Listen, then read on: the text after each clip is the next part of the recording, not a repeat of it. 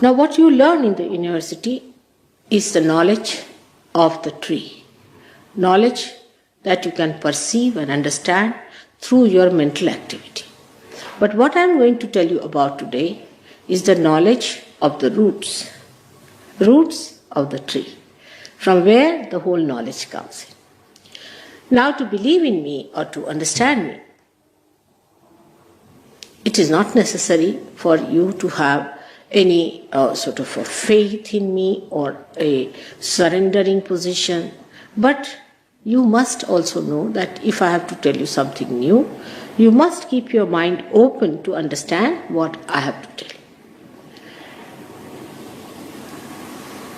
When we study, say, economics, take a subject which is very common these days, and it is even regarded as a higher science than philosophy. What do we learn? The essence of economics is very simple. That wants,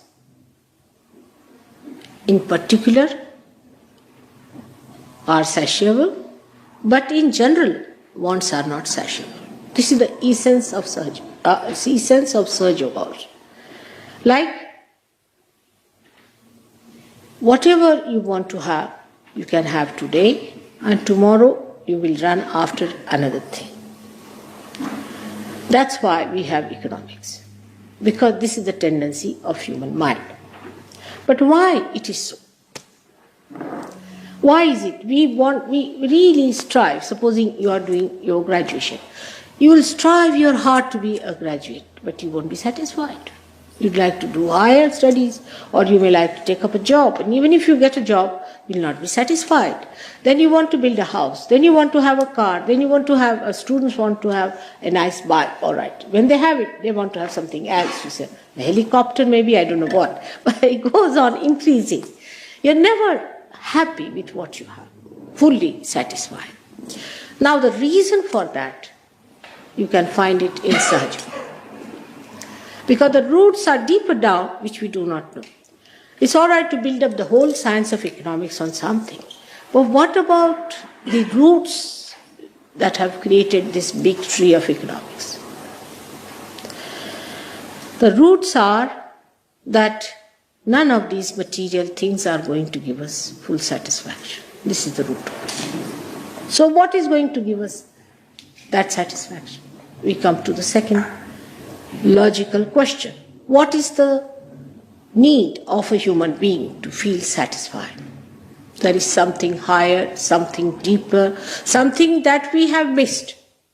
This is definite. Now what is that? We can refer, if you are not so much upset or angry, or we can say biased about the scriptures, any scripture. I'm not saying Bible or say Torah or say Indian scriptures or Buddha sayings or Tao or anything. You will find one common thing they have said. All of them have said one thing common, and that is that you are to be born again. You have to know your spirit. You have to become the spirit. Because that lacking in us, in our awareness, because we are not yet the spirit, whatever we know without it is only the mental projection, which is limited as our mind is limited. So to know the unlimited, or to know the roots, you have to become the spirit. This is the first condition they have given. Now if you just don't deny them, we should look into it, that we have to become the spirit. Now what is that? What is that within us which is the spirit? If there is something like spirit within us, we have not yet felt it. We have never felt the spirit within us. And what is that spirit? And what does it do? What are its qualities? We should try to find out. And that's what you can find out when you become the spirit. It's a vicious circle. It's the other way now. Here, nobody will say that you must become a graduate to know about economics.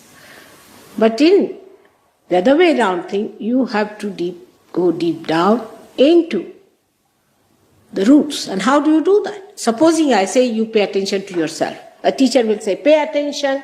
So all the students will start looking at him, looking at the blackboard. But I say, pay attention to yourself. Then you will say, Mother, how do you do it? It's an impossible thing. How do we take our attention inside? It's all the time outside moving. How are we to take it inside? That's why you have to get your realization first. You have to become the spirit by which you can take your attention inside to your roots. That's why the first condition in the Sahaja Yoga system is that we have to become the spirit. Before that, whatever I say, you will say, how is it true?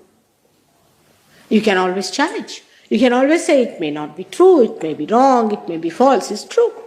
Because supposing I have no eyes and you start telling me about the colors, how will I know? So anybody would say that open your eyes first of all. Unless and until you open your eyes, you won't be able to understand what I'm talking about.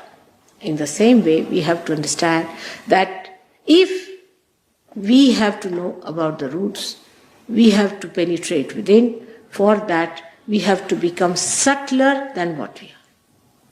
We are at a level from which we cannot enter inside ourselves. So we have to become something else, and that becoming is only possible if you become the spirit. I hope I am clear on that point. Now, how to become the spirit is the problem. Because whenever a teacher tells you do this, you said how? That's correct. I mean, logically, that's what should be the question. How do we become the spirit? Now, if I say that this is our evolutionary process, we have evolved as human beings, come up to this stage, and if something more has to happen, it has to happen the same way as evolution has taken place, automatically. What did we do to become human beings from monkeys, if we have become from monkeys? I don't think anybody remembers anything they have done to become human beings, or they have put in any effort to be that. We have done nothing. We just become human beings spontaneously, or we can say automatically. But actually this spontaneity relates to a living process. Only living things are spontaneous.